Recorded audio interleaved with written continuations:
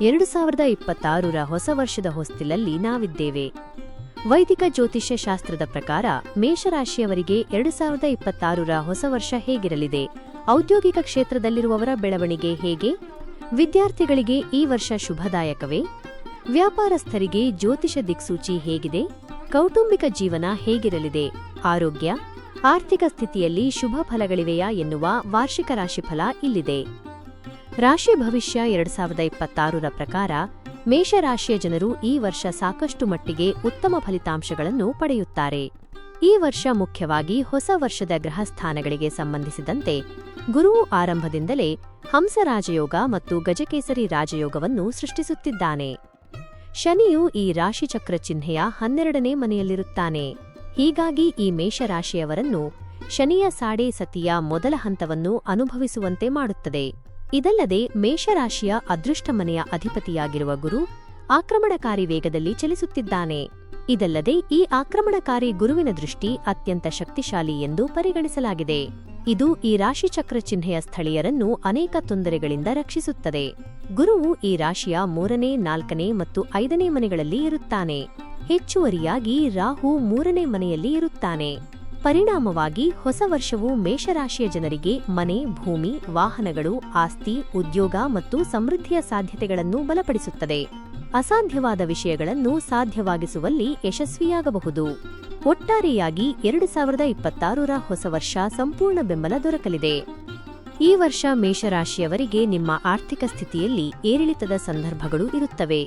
ವರ್ಷದ ಆರಂಭದಲ್ಲಿ ನಿಮ್ಮ ಆರ್ಥಿಕ ಸ್ಥಿತಿ ಬಲವಾಗಿರುತ್ತದೆ, ಆದರೆ ಈ ಸಮಯದಲ್ಲಿ ನಿಮ್ಮ ವೆಚ್ಚಗಳು ಸಹ ಹೆಚ್ಚಾಗುತ್ತವೆ. ಇದ್ದಕ್ಕಿದ್ದಂತೆ ನಿಮ್ಮ ಖರ್ಚುಗಳ ಸಂಖ್ಯೆ ಹೆಚ್ಚಾಗಬಹುದು. ನೀವು ಈ ವೆಚ್ಚಗಳನ್ನು ನಿಯಂತ್ರಿಸದಿದ್ದರೆ ಅದು ನಿಮ್ಮನ್ನು ಆರ್ಥಿಕ ಬಿಕ್ಕಟ್ಟಿನತ್ತ ಕೊಂಡೊಯ್ಯಬಹುದು. ವರ್ಷದ ಜೂನ್ ಜುಲೈನಲ್ಲಿ ನಿಮ್ಮ ವ್ಯವಹಾರವು ವೇಗವನ್ನು ಪಡೆಯುತ್ತದೆ. ಇದರಿಂದಾಗಿ ನೀವು ಆರ್ಥಿಕ ಲಾಭಗಳನ್ನು ಪಡೆಯುತ್ತೀರಿ. ಆದರೆ ನೀವು ಷೇರು ಮಾರುಕಟ್ಟೆಯಲ್ಲಿ ಹೂಡಿಕೆ ಮಾಡಿದರೆ ಸಲಹೆಯೊಂದಿಗೆ ಮಾತ್ರ ಹೂಡಿಕೆ ಮಾಡಿ, ಏಕೆಂದರೆ ಈ ಸಮಯದಲ್ಲಿ ನೀವು ಹಣವನ್ನು ಕಳೆದುಕೊಳ್ಳಬಹುದು. ಹಣದ ವಿಷಯದಲ್ಲಿ ಯಾವುದೇ ವ್ಯಕ್ತಿ ಅಥವಾ ಸಂಸ್ಥೆಯನ್ನು ಅಗತ್ಯಕ್ಕಿಂತ ಹೆಚ್ಚು ನಂಬಬೇಡಿ. ಇಲ್ಲದಿದ್ದರೆ ನೀವು ಇದರಲ್ಲಿಯೂ ಸಹ ಹಣದ ನಷ್ಟವನ್ನು ಅನುಭವಿಸಬಹುದು. ವಿದೇಶಿ ಸಂಬಂಧಗಳಿಂದ ನೀವು ಆರ್ಥಿಕ ಲಾಭಗಳನ್ನು ಪಡೆಯುವ ಸಾಧ್ಯತೆಯಿದೆ.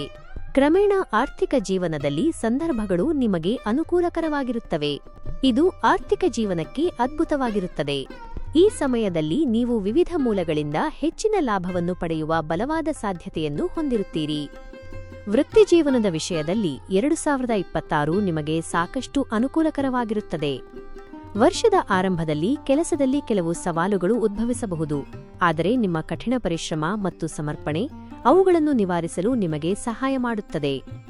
ಜೂನ್ ಮತ್ತು ಜುಲೈ ತಿಂಗಳುಗಳು ಗಮನಾರ್ಹ ಯಶಸ್ಸು ಮತ್ತು ಮನ್ನಣೆಯನ್ನು ತರುವ ಸಾಧ್ಯತೆಯಿದೆ. ನೀವು ಉದ್ಯೋಗಗಳನ್ನು ಬದಲಾಯಿಸಲು ಅಥವಾ ಬಡ್ತಿಗಳಿಸಲು ಆಸಕ್ತಿ ಹೊಂದಿದ್ದರೆ ಇದು ಅತ್ಯುತ್ತಮ ಸಮಯವಾಗಿರುತ್ತದೆ. ನಿಮ್ಮ ಸಹೋದ್ಯೋಗಿಗಳು ಮತ್ತು ಮೇಲಧಿಕಾರಿಗಳೊಂದಿಗೆ ಸಮನ್ವಯವನ್ನು ಕಾಪಾಡಿಕೊಳ್ಳುವುದು ನಿರ್ಣಾಯಕವಾಗಿರುತ್ತದೆ, ಏಕೆಂದರೆ ತಂಡದ ಕೆಲಸವು ನಿಮ್ಮ ವೃತ್ತಿಜೀವನದಲ್ಲಿ ಸಹಾಯಕವಾಗಬಹುದು. ಹೊಸ ಯೋಜನೆ ಅಥವಾ ಜವಾಬ್ದಾರಿಯನ್ನು ತೆಗೆದುಕೊಳ್ಳುವುದು ನಿಮ್ಮ ದಕ್ಷತೆ ಮತ್ತು ನಾಯಕತ್ವದ ಕೌಶಲ್ಯಗಳನ್ನು ಹೆಚ್ಚಿಸುತ್ತದೆ. ಗುರುವು ವೃತ್ತಿಮನೆಯ ಅಧಿಪತಿ ಶನಿಯ ಮೇಲೆ ಸಕಾರಾತ್ಮಕ ಪ್ರಭಾವ ಬೀರುವುದನ್ನು ಮುಂದುವರಿಸುತ್ತಾನೆ. ಇದು ಅನೇಕ ಕಾರ್ಯಗಳನ್ನು ತುಲನಾತ್ಮಕವಾಗಿ ಸುಲಭಗೊಳಿಸುತ್ತದೆ. ಆದಾಗ್ಯೂ ಜನವರಿ 20ರಿಂದ ಮೇ 17ರವರೆಗೆ ಶನಿಯು ಯಾವುದೇ ಗ್ರಹದಿಂದ ಪ್ರಭಾವಿತನಾಗಿರುವುದಿಲ್ಲ.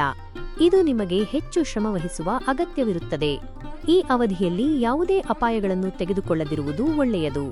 ಮೇ 17 ಮತ್ತು ಅಕ್ಟೋಬರ್ 9ರ ನಡುವೆ ವ್ಯವಹಾರದಲ್ಲಿ ಪ್ರಗತಿ ಮತ್ತು ಬೆಳವಣಿಗೆಗೆ ಅವಕಾಶವಿದೆ. ಆದರೆ ಅಕ್ಟೋಬರ್ 9ರ ನಂತರ ಸಂದರ್ಭಗಳು ಮತ್ತೆ ಸವಾಲಿನದ್ದಾಗಬಹುದು.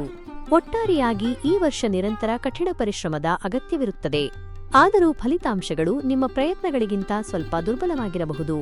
ಈ ವರ್ಷ ನಿಮ್ಮ ವೈವಾಹಿಕ ಜೀವನ ಚೆನ್ನಾಗಿರುತ್ತದೆ, ಆದರೆ ನಿಮ್ಮ ವೈವಾಹಿಕ ಜೀವನದಲ್ಲಿ ತಾಳ್ಮೆ ಮತ್ತು ಪ್ರೀತಿ ಪ್ರಮುಖ ಪಾತ್ರ ವಹಿಸುತ್ತದೆ. ವರ್ಷದ ಆರಂಭದಲ್ಲಿ ಸಣ್ಣಪುಟ್ಟ ಭಿನ್ನಾಭಿಪ್ರಾಯಗಳು ಮತ್ತು ಘರ್ಷಣೆಗಳು ಸಾಧ್ಯ, ಆದರೆ ತಾಳ್ಮೆ ಮತ್ತು ಪರಸ್ಪರ ತಿಳುವಳಿಕೆಯಿಂದ ಇವುಗಳನ್ನು ಪರಿಹರಿಸಬಹುದು. ಜುಲೈನಿಂದ ಅಕ್ಟೋಬರ್ವರೆಗಿನ ಅವಧಿಯು ವೈವಾಹಿಕ ಸಂಬಂಧಗಳನ್ನು ಬಲಪಡಿಸಲು ಅನುಕೂಲಕರವಾಗಿರುತ್ತದೆ. ಕುಟುಂಬ ಮತ್ತು ಮಕ್ಕಳೊಂದಿಗೆ ಬಾಂಧವ್ಯವನ್ನು ಬೆಳೆಸುವತ್ತ ಗಮನಹರಿಸಿ. ಪಾಲುದಾರಿಕೆ ಮತ್ತು ನಂಬಿಕೆಯ ಮೂಲಕ ನೀವು ಮತ್ತು ನಿಮ್ಮ ಸಂಗಾತಿಯು ವರ್ಷವಿಡೀ ಸಂತೋಷ ಮತ್ತು ಸಮತೋಲಿತ ಜೀವನವನ್ನು ಆನಂದಿಸುವಿರಿ. ಪ್ರೀತಿ ಮತ್ತು ಸಂಬಂಧಗಳ ವಿಷಯದಲ್ಲಿ 2026 ನಿಮಗೆ ರೋಮಾಂಚಕಾರಿ ವರ್ಷವಾಗಿರುತ್ತದೆ. ಅವಿವಾಹಿತರು ಹೊಸ ಸಂಬಂಧಗಳನ್ನು ಹೊಂದುವ ಸಾಧ್ಯತೆಯಿದೆ.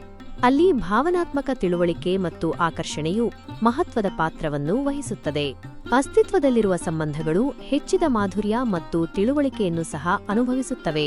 ನಿಮ್ಮ ಮೋಡಿ ಮತ್ತು ಆತ್ಮವಿಶ್ವಾಸವು ನಿಮ್ಮ ಸಂಗಾತಿಯೊಂದಿಗೆ ಸಾಮರಸ್ಯ ಮತ್ತು ಭಾವನಾತ್ಮಕ ಸಂಪರ್ಕವನ್ನು ಬಲಪಡಿಸುತ್ತದೆ. ಆದರೂ ವ್ಯತ್ಯಾಸಗಳು ಉಂಟಾದಾಗ ತಾಳ್ಮೆಯಿಂದ ಸಂವಹನ ನಡೆಸುವುದು ಅಗತ್ಯವಾಗಿರುತ್ತದೆ. ಮೇಷರಾಶಿ ಭವಿಷ್ಯ 2026 ಪ್ರಕಾರ ಈ ವರ್ಷ ವಿದ್ಯಾರ್ಥಿಗಳು ಪರೀಕ್ಷೆಯಲ್ಲಿ ಉತ್ತಮ ಅಂಕಗಳನ್ನು ಪಡೆಯಲು ಕಷ್ಟಪಟ್ಟು ಕೆಲಸ ಮಾಡಬೇಕಾಗುತ್ತದೆ ಮತ್ತು ಹೆಚ್ಚಿನ ಪ್ರಯತ್ನಗಳನ್ನು ಮಾಡಬೇಕಾಗುತ್ತದೆ. ಶಿಕ್ಷಣಕ್ಕೆ ಪರಿಸ್ಥಿತಿಗಳು ಉತ್ತಮವಾಗಿರುತ್ತವೆ. ಈ ಸಮಯದಲ್ಲಿ ವಿದ್ಯಾರ್ಥಿಗಳು ಕಷ್ಟಪಟ್ಟು ಕೆಲಸ ಮಾಡಬೇಕಾಗಬಹುದು. ನೀವು ಸ್ಪರ್ಧಾತ್ಮಕ ಪರೀಕ್ಷೆಗಳಲ್ಲಿ ಯಶಸ್ಸನ್ನು ಪಡೆಯಬಹುದು. ಉನ್ನತ ಶಿಕ್ಷಣಕ್ಕೆ ಸಮಯ ಉತ್ತಮವಾಗಿರುತ್ತದೆ. ಉನ್ನತ ಶಿಕ್ಷಣಕ್ಕಾಗಿ ವಿದೇಶಕ್ಕೆ ಹೋಗಬಹುದು.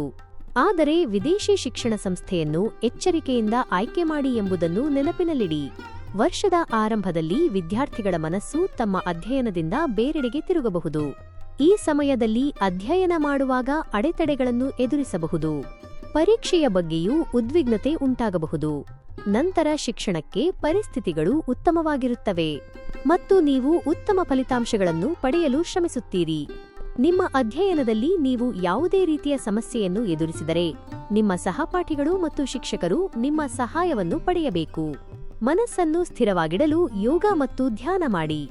ಎಂಜಿನಿಯರಿಂಗ್ ಮತ್ತು ವೈದ್ಯಕೀಯ ಕ್ಷೇತ್ರಕ್ಕೆ ಹೋಗುವ ವಿದ್ಯಾರ್ಥಿಗಳಿಗೆ ಈ ವರ್ಷ ವಿಶೇಷವಾಗಿರುತ್ತದೆ. ಆದ್ದರಿಂದ ಕಷ್ಟಪಟ್ಟು ಕೆಲಸ ಮಾಡಿ. ಅದೃಷ್ಟವು ನಿಮ್ಮನ್ನು ಬೆಂಬಲಿಸುತ್ತದೆ. ಆರೋಗ್ಯದ ದೃಷ್ಟಿಕೋನದಿಂದ 2026 ಆರಂಭದ ತಿಂಗಳುಗಳು ಕೆಲವು ಸವಾಲುಗಳನ್ನು ಒಡ್ಡಬಹುದು. ನೀವು ಒತ್ತಡ, ಕಣ್ಣು ಮತ್ತು ಮಧುಮೇಹ ಸಂಬಂಧಿತ ಸಮಸ್ಯೆಗಳನ್ನು ಎದುರಿಸಬಹುದು. ವ್ಯಾಯಾಮ ಮತ್ತು ಸಮತೋಲಿತ ಆಹಾರದ ಬಗ್ಗೆ ವಿಶೇಷ ಗಮನ ಕೊಡಿ. ಬಲವಾದ ಮಾನಸಿಕ ಆರೋಗ್ಯವನ್ನು ಕಾಪಾಡಿಕೊಳ್ಳಲು ಧ್ಯಾನ ಮತ್ತು ಯೋಗವನ್ನು ಅಭ್ಯಾಸ ಮಾಡಿ. ವರ್ಷದ ಮಧ್ಯಭಾಗದಿಂದ ನಿಮ್ಮ ಆರೋಗ್ಯವು ಸುಧಾರಿಸುತ್ತದೆ ಮತ್ತು ನೀವು ಚೈತನ್ಯಶೀಲರಾಗಿರುತ್ತೀರಿ. ಪ್ರಯಾಣ ಅಥವಾ ಕಾರ್ಯನಿರತ ವೇಳಾಪಟ್ಟಿಗಳು ಆಯಾಸಕ್ಕೆ ಕಾರಣವಾಗಬಹುದು. ಆದ್ದರಿಂದ ಸಮಯಕ್ಕೆ ವಿಶ್ರಾಂತಿ ಮತ್ತು ನಿದ್ರೆ ಪಡೆಯುವುದು ಮುಖ್ಯ.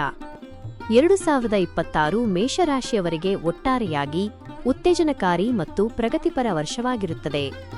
ವೃತ್ತಿ ಮತ್ತು ವ್ಯವಹಾರದಲ್ಲಿ ಯಶಸ್ಸಿಗೆ ಅವಕಾಶಗಳಿದ್ದರೂ ನೀವು ನಿಮ್ಮ ಆರೋಗ್ಯದ ಬಗ್ಗೆ ಜಾಗರೂಕರಾಗಿರಬೇಕು ಮತ್ತು ಪ್ರೀತಿ ಮತ್ತು ವೈವಾಹಿಕ ಜೀವನದಲ್ಲಿ ಸಮತೋಲನ ಮತ್ತು ತಿಳುವಳಿಕೆ ಮುಖ್ಯವಾಗಿರುತ್ತದೆ. ಕಠಿಣ ಪರಿಶ್ರಮ, ತಾಳ್ಮೆ ಮತ್ತು ಸಕಾರಾತ್ಮಕ ಮನೋಭಾವದಿಂದ ನೀವು ಈ ವರ್ಷವನ್ನು ಆನಂದದಾಯಕ ಮತ್ತು ಫಲಪ್ರದವಾಗಿಸಬಹುದು. ಹೆಚ್ಚಿನ ಮಾಹಿತಿಗಳಿಗಾಗಿ ನಮ್ಮ ಚಾನೆಲ್ ಅನ್ನು ಸಬ್ಸ್ಕ್ರೈಬ್ ಮಾಡಿಕೊಳ್ಳಿರಿ. ಶುಭವಾಗಲಿ. ಧನ್ಯವಾದಗಳು.